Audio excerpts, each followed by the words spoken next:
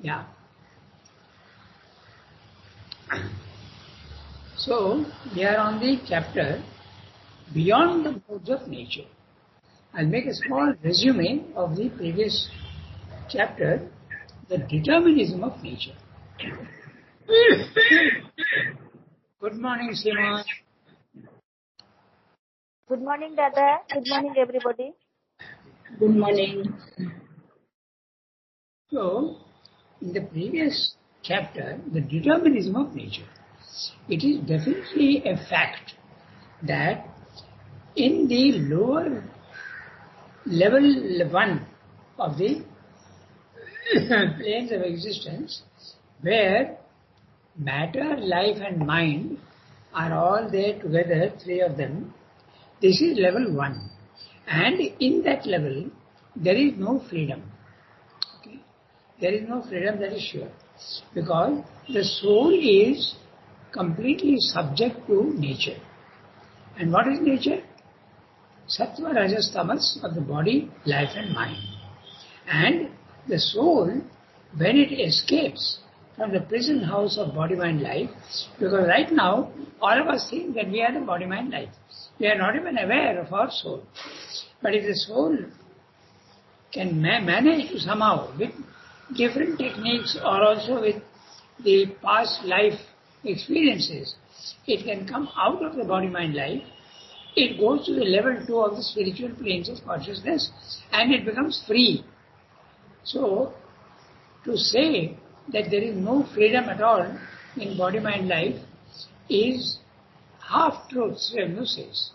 Because even when your body and vital and mind are in the physical world, your soul, if it goes off your consciousness, then the soul is free and to a certain extent it can also control events in the physical world. That control is a graded thing. In the Gita it is very clearly given. First you are only witness, you have no power. Then you become the jnata, you become the knower of things. Then you become the bharta, you realize that you are the soul supporter, the soul is supporting your body, mind, life. Then you become the enjoyer, you become the jnata, bharta, bhokta. You start enjoying everything. The soul, which was actually not enjoying unpleasant things now, it starts enjoying everything. Even that which is unpleasant in the body, mind, life, the soul can enjoy. Because you see the purpose in everything. Finally, it rises to the level of the Ishvara, Master. So to say that there is no freedom at all in body, mind, life is not true. Okay, it's partially true. There was said there. Okay? So now, we have just read the first para of Beyond the Modes of Nature. The modes of nature are Sattva, Rajas, Tamas as enunciated in the Sankhya philosophy. Okay? But the modes of nature is a little abstract, so you can think of yourself as the body, mind and life, life and mind. If you think that you are body, mind, life, then you are subject to the modes of nature. Okay? And when you are free, you are not subject to modes of nature. This is a chapter, Beyond the Modes of Nature. In other words, the soul has now escaped from the prison house of body, mind, life, and it is seated above, Kutastha, seated on the summit, according to the Gita's words, Kutastha. Okay, so now we will read today, certainly the will in us has to choose. So it is almost a page and we can start reading. So who will read today? Somebody has to read. Kiran, can you read? Yes, Ranga. Okay, go ahead. Certainly the will. Certainly, the will in us has always to choose between a certain number of possibilities, for that is the way in which nature always acts. Even our passivity, our refusal to will, is itself a choice, itself an act of the will of nature in us. Even in the atom, there is a will always at its work. The whole difference is the extent to which we associate our idea of self with the action of the will in nature. When we so associate ourselves, we think of it as our will and say that it is a free will and that it is we who are acting. And error or not, illusion or not, this idea of our will, of our action is not a thing of no consequence, of no utility. Everything in nature has a consequence and a utility. It is rather that process of our conscious being by which nature in us becomes more and more aware of and responsive to the presence of the secret Purusha within her and opens by that increase of knowledge to a greater possibility of action. It is by the aid of the ego idea and the personal will that she raises herself to her own higher possibilities, rises out of the sheer and as the predominant passivity of the tamasic nature into the passion and the struggle of the rajasic nature, and from the passion and struggle of the rajasic nature to the greater light, happiness and purity of the sattvic nature. The relative self-mastery gained by the natural man over himself is the dominion achieved by the higher possibilities of his nature over its lower possibilities. And this is done in him when he associates his idea of self with the struggle of the higher guna to get the mastery, the predominance over the lower guna. The sense of free will, illusion or not, is a necessary machinery of the action of nature, necessary for man during his progress, and it would be disastrous for him to lose it before he is ready for a higher truth. If it be said, as it has been said, that nature deludes man to fulfill her behests, and that the idea of a free individual will is the most powerful of these delusions, then it must also be said that the delusion is for his good, and without it he would not rise to his full possibilities. So Swami is discussing there the freedom and how even the illusion that we are free has a purpose and is very, very useful to man. Okay? We know, for instance, Swami is saying all the time, error is a handmaiden of truth. In the synthesis very clearly he says. So never belittle or decry the errors that one makes. It has a value. It is only when you make an error that you can know what is wrong and what is right. Okay? So, but that doesn't mean to say that you can encourage error. Okay? Error has to be used and in a positive way. There's no use going on repeating the error. Repeating the error is a waste of energy. So this is what Swami is saying here. A very interesting paragraph. We'll have a look at each sentence. But certainly this is the crux of the paragraph, that even when you think that you are free and that's an illusion, even that has got a value. Because if you think that you have no will, then you will not make any effort. So when you think that you have a will and effort is useful, then you will make the effort, otherwise you won't. If you are told right from the beginning that you are going to fail, then the tendency in human nature is not to start it at all. Why waste my energy? Okay? So the idea that I can succeed is very necessary, and that is coming from, it may come from an error, but it is necessary. So I'll read each sentence now. Certainly, the will in us has always to choose between a certain number of possibilities. Now, that itself we'll discuss a little bit. When you choose, you feel that there is a will, a free will. That's why I'm allowed to choose. You can't choose if you don't have any free will. So choosing and free will are very much linked together. So when you choose, you do so because you think that you have a free will. Okay? Certainly the will in us has always to choose between a certain number of possibilities, but that is the way in which nature always acts. That is nature's way. even our even our passivity, our refusal to will is itself a choice, itself an act of the will of nature in us. Now, will of nature. Nature is mind, life and body. Okay? So, which part is the will? The will is something that belongs to the life element. Because at the highest level here, Chit, Shakti, Ananda. So Chit and Shakti. Chit is consciousness. Okay? And that is the consciousness has got the choice of freedom. But Shakti is something that goes on acting without any consciousness in it. So will is that which allows you to act with consciousness.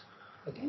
So will of nature is in, and Srila is saying, even in the atom, there is a will always at work. Now this is a very interesting statement that is making. In other words, even the atom is in matter. So even in matter, there is the choice of freedom is there. Okay? And that's very interesting because it corresponds to a very scientific discovery. As I told you, there is absolute law in matter. So you think. Okay? That's why laws of physics are possible. Okay?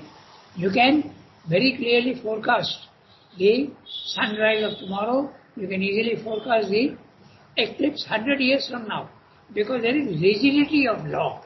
Okay? But this statement, even in the atom there is a will always at work, means there is choice. And that's very interesting because science has discovered the uncertainty principle. Okay? That is to say, can we plot, can we fix the position of an atom, okay, in time and space? The answer is, if you fix the position XYZ coordinates, if you fix it, then you cannot say at what speed it is moving. Okay? You cannot say. Or if you say that it is moving at this speed, then you cannot fix its position. In other words, there is an uncertainty principle. There is an element of freedom even in matter. Okay? That's what Srila is saying. Such an important, small statement, but it is so important, so important. Even in the atom, there is a will always at work. At a very low level, but it is there. The whole difference is the extent to which we associate our idea of self with the action of will in nature. So, how much are we, our body-mind life is part of nature. But because you have an ego, you think that you are separate and you are independent of nature, which is absolutely a wrong idea. Okay? If you are identified with the body-mind life, you are subject to nature's laws of sattva, rajas, tamas. So, it depends on how much you are associating, how much you are identifying yourself with the nature. If you are identifying yourself fully with nature, with body-mind life, then there is no freedom for you at this level. But the moment you know that you are not body-mind life, already the element of freedom is beginning to show in you. Okay? Now I read the next one. When we so associate ourselves, we think of it as our will and say that it's a free will and that it is we who are acting. Okay? Now, instead of using the word associate, use the word identify with body-mind life. Then it will become even clearer. Okay? Although the word associate is more correct from the spiritual point of view. When we identify ourselves, to what extent are you identifying yourself? That's the thing. So, and Srila is saying, error or not, illusion or not, it is certainly an error and certainly an illusion.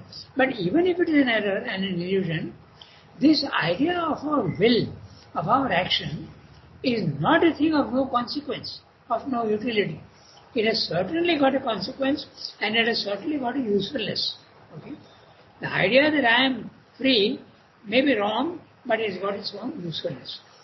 Everything in nature has a consequence and a utility. Now that's an interesting thing again. Whatever you think is bad, okay, and lower, has got its own utility. Remember the famous dictum, ego is the helper, ego is the bar. So this is what is ascension from the lowest to the highest is. Whatever is lower is very useful to you in your climb upwards. Okay? And this is true even of the spiritual planes of consciousness. Swayambhu goes to the extent that at our level, mumukshutvam, the desire for freedom is very good, isn't it? You want to be free, it's very good. It will help you to go up.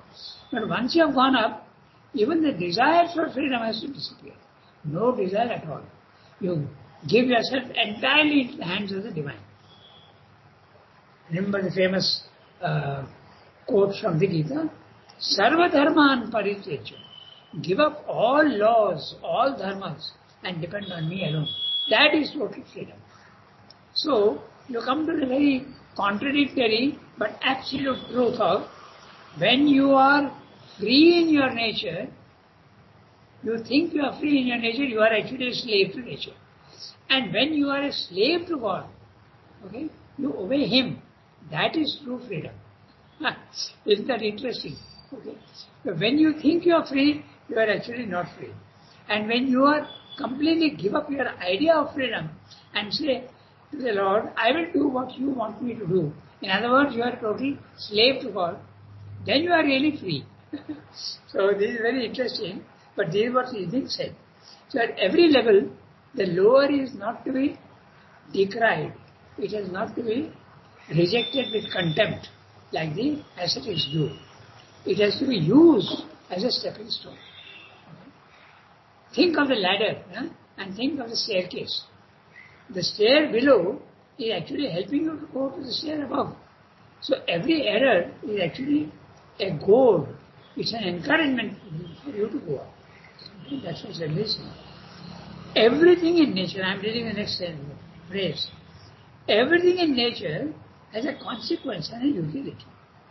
It is rather that process of our conscious being by which nature in us becomes more and more aware of and responsive to the presence of the secret Purusha within her and opens by that increase of knowledge to a greater possibility of action. Now we read that sentence again carefully. It is rather that process of our conscious being by which nature in us, okay, nature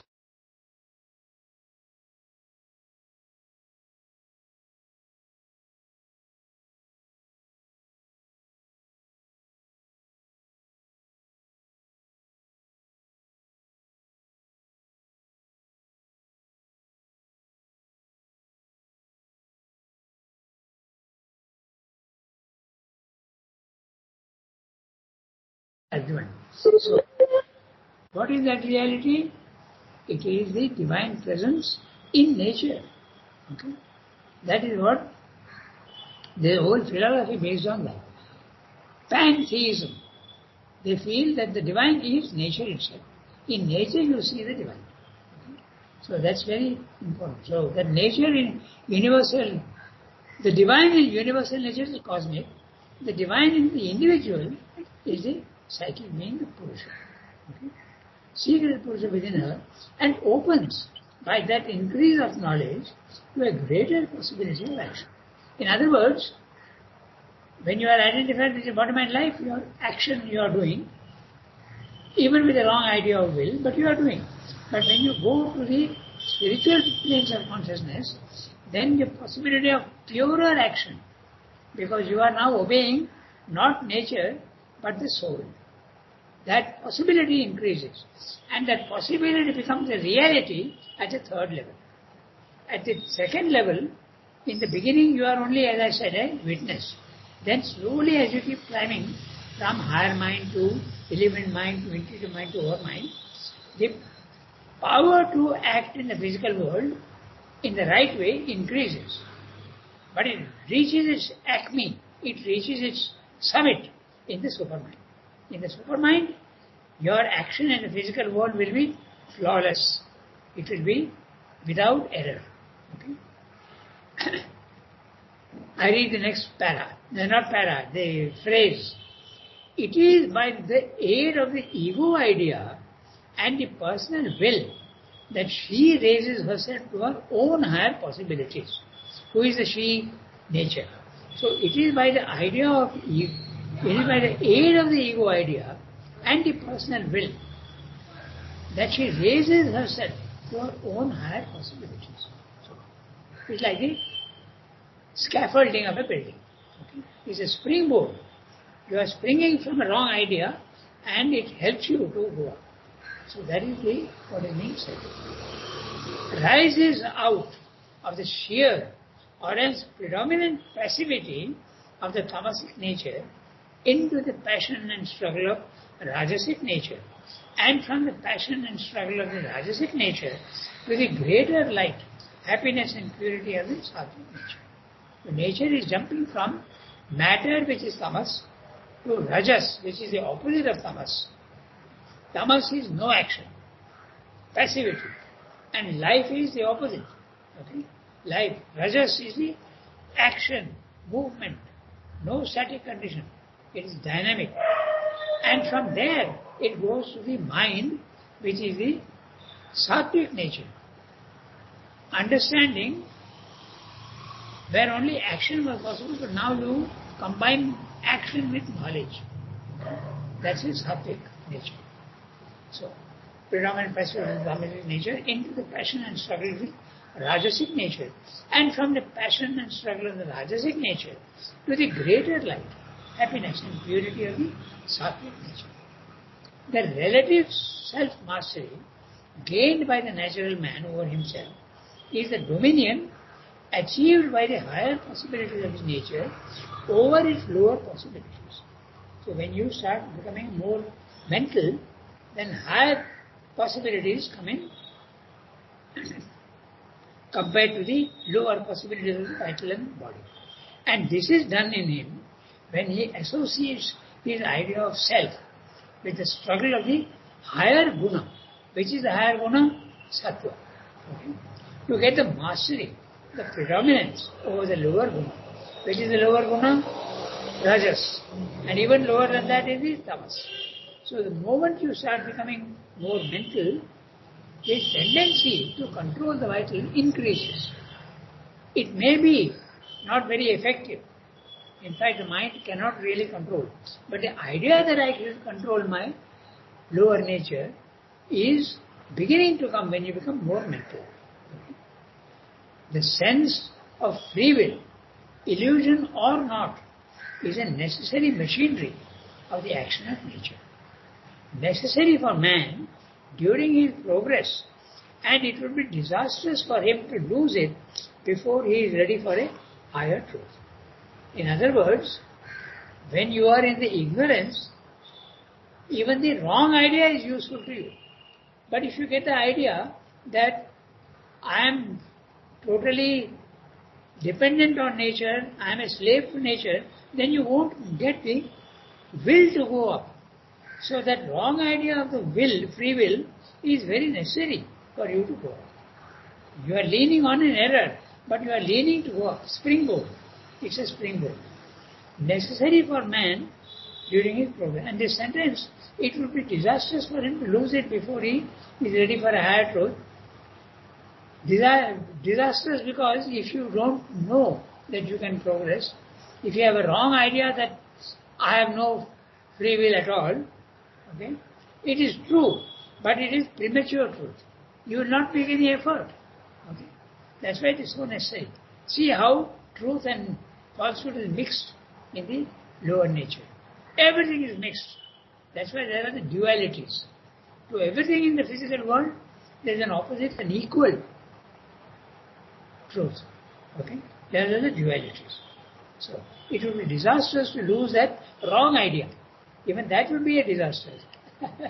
So, if it is said as it has been said, that nature deludes man to fulfill her behests. Behest is command, injunction. Okay? So, people have said that nature is deluding man, makes him ignorant, so that her own purposes are activated and successful. And by that idea, and that the idea of a free individual will is the most powerful of these delusions, then it must also be said that the delusion is for his good, and without it, he could not rise to his full possibility. So someone who tells you that what, you think you have freedom, you have no freedom at all.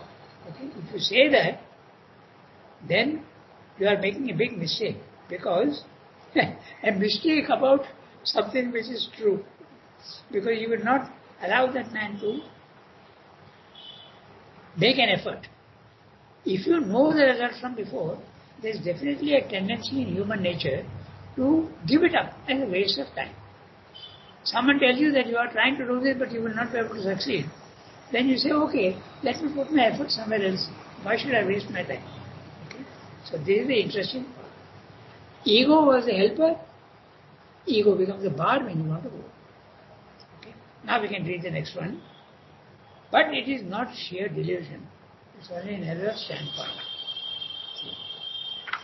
Next para. Somebody has to read. Seema, can you read? Do you have the text? Yes, sir. Yes, sir. Okay. Go ahead, read. But it is not a sheer delusion. But it is not a sheer delusion. It is only an error of standpoint and an error of placement. The ego thinks that it is the real self and acts as if it were the true center of action, and as if all existed for its sake, and there it commits an error of standpoint and placement. It is not wrong in thinking that there is something or someone within ourselves, within this action of our nature, who is the true center of its action and for whom all exists, but this is not the ego. It is the Lord secret within our heart, the divine Purusha, and the Jiva other than ego, who is a portion of his being. The self-assertion of ego sense is the broken and distorted shadow in our minds of the truth that there is a real self within us, which is the master of all, and for whom and at whose behest nature goes about her work. So too, the ego's idea of free will is a distorted and misplaced sense of the truth that there is a free self within us, and that the will in nature is only a modified and partial reflection of its will, modified and partial because it lives in the successive moments of time and acts by a constant series of modifications which forget much of their own precedents and are only imperfectly conscious of their own consequences and aims. But the will within, exceeding the moments of time, knows all these, and the action of nature in us is an attempt, we might say, to work out under the difficult conditions of a natural and egoistic ignorance what is foreseen in full supramental light by the inner will and knowledge. Okay, so now simply taking a slightly a different way of looking at things. He's saying that it is not absolutely a delusion that you have a free will. It's a wrong way of looking at things. Okay? It's an error of standpoint. Okay? It's an error of placement. Okay? The mother constantly says it's an error of placement. Okay? This is mother's language. Okay? She says that there is nothing wrong. Okay? The stone, you think it to be a reality, but you are mistaken when you think that the form is the reality. There is a reality in the stone, but you don't see that. So you are making a mistake of placement. You are thinking the reality is the form, but the inner reality you are not seeing. You are only placing your judgment on the form and not the essence. Okay? So that is what it is. Everywhere you have to see the, in other words, the ego, your idea of I, idea of I as an individual, which is the ego, is not absolutely wrong. It's a distorted reflection. Okay? It's a faint image of the reality of the soul. So, but the soul is not there. So, nature very kindly replaces the soul with an image of the soul, by shadow of the soul, so that you are not absolutely lost. Suppose you are egoless, what will happen to you? Suppose you have no sense of individuality and me, you will be, as they say in French, you will be one sheep in the herd. Okay? You will go exactly where everybody else is going. Okay? The sheep can be herded, all even cattle and all that can be herded. Very interesting. Actually, it is very interesting. I used to wonder how they manage to collect all the sheep and manage to put it into the pen. Because there is a tendency in the animals to follow the leader. Okay? And so it's very easy to concentrate on the leader and force him into the right place. Okay? Whether it be cattle or whether it be sheep. Okay? Exactly in the same way, you are placing yourself, okay, you are placing yourself as the ego. But it's a illusion. It's not 100% illusion. It's a reflection of the soul. Okay? That's an interesting part. So, now we read the paragraph. It is not a sheer delusion, it's only an error of standpoint and an error of placement. Okay? The ego thinks that it's the real self and acts as if it were the true center of action and as if all existed for its sake. And there it commits an error of standpoint and placement. It is not wrong in thinking that there is something or someone within us, within this action of our nature, who is the true center of its action and for whom all exists. The truth is that there is something real in you and that is the soul. But you are thinking that the reflection is the reality. That is the mistake one makes. Okay? It is not wrong in thinking that there is something or someone within us, as a soul, within this action of our nature, who is the true center of its action and for whom all exists. It is a soul for whom all exists. But this is not the ego. It's a Lord secret within our hearts.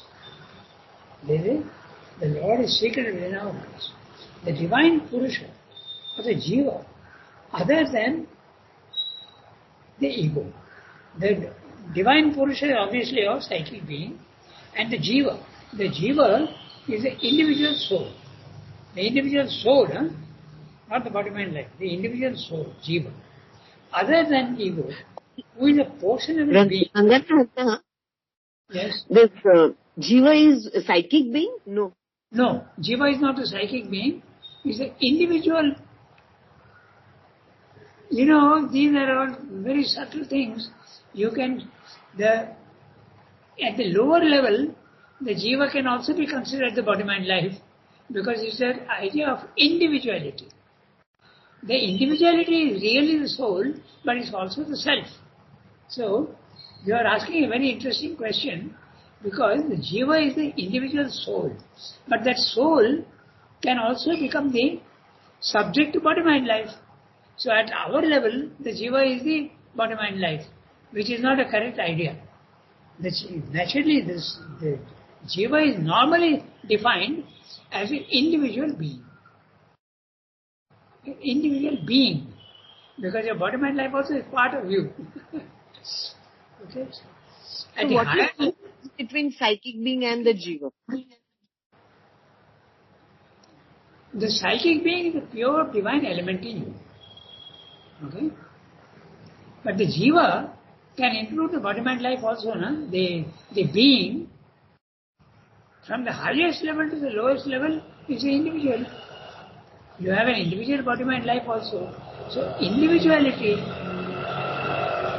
at the lower level, the individuality is the ego, the body, mind, life. Okay? But as you keep going higher and higher, you realize that your individuality is not the body, mind, life. you can become infinite. So there is no location in the body-mind life. Okay? But the body-mind life is part of you. Okay? After all, there is an individuality there. So remember that. It's like Puzzle. a true thing. As it keeps coming down, it becomes a representation of the true thing. If you take a picture, okay, and start making it hazier and hazier and hazier and hazier, this is the gradation that you must remember. If you remember the gradation, it becomes very interesting and very understandable. Okay? The picture can be very sharp, which is the truth above. But as it keeps coming down, that sharpness goes on decreasing, and finally it becomes something which is not that photograph itself. Okay? So, your individual being is the self and the soul. But as it keeps coming down, it becomes body-mind life. So it is also when you say the individual being, the jiva is the individual being, at the higher level it is the psychic being. Not higher, it is the self. And at the lower level it becomes the ego. Okay? These words we have a tendency in our mind to divide and separate and understand. But the truth is not one that separates. It integrates. So you have to think of the gradation. Okay? You have to think about it and see how. That's why I said, think of it as a sharp picture and think of it as it keeps coming down, it becomes less sharp. Okay? Until finally it is something hazy, and yet that haziness is something of your true individuality. Your body-mind life is not somebody else's body-mind life. It is individual. There is a truth to individuality. Okay? So. What about the Atma? Atma is the soul. Atman is the soul. But that soul can be psychic being, it can also be the self. The self is above, the psychic being is in your body-mind life. These are very flexible words which I use. The truth of you is above, below is the psychic being. The truth of you above is the self, which is universal. Your self, the individual self, is also the universal self. That is the reason why you feel yourself to be everybody at a higher level.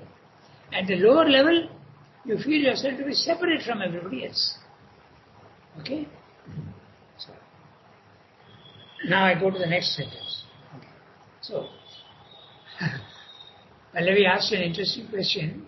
Is it the jiva is only the soul, or can it be also the lower parts also? It can be both, depending on. See, very clearly saying error of placement, error of standpoint.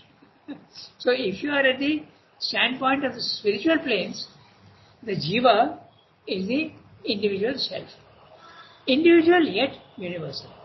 If you place yourself at level 1 of the ignorance, it's your body-mind life also. The jiva also is your body-mind life. Because as I said, your body-mind life is something quite different from somebody else. So, it is the being. That's why Ranga used the word being. Okay? At the lower level, you identify yourself, place yourself in the wrong way, and as you keep going higher and higher, you place yourself in the right way.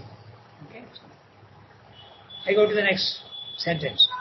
The self-assertion of ego sense is a broken and distorted shadow of our minds as a truth that there is a real self within us, which is the master of all, and for whom and at whose behest nature goes about her works.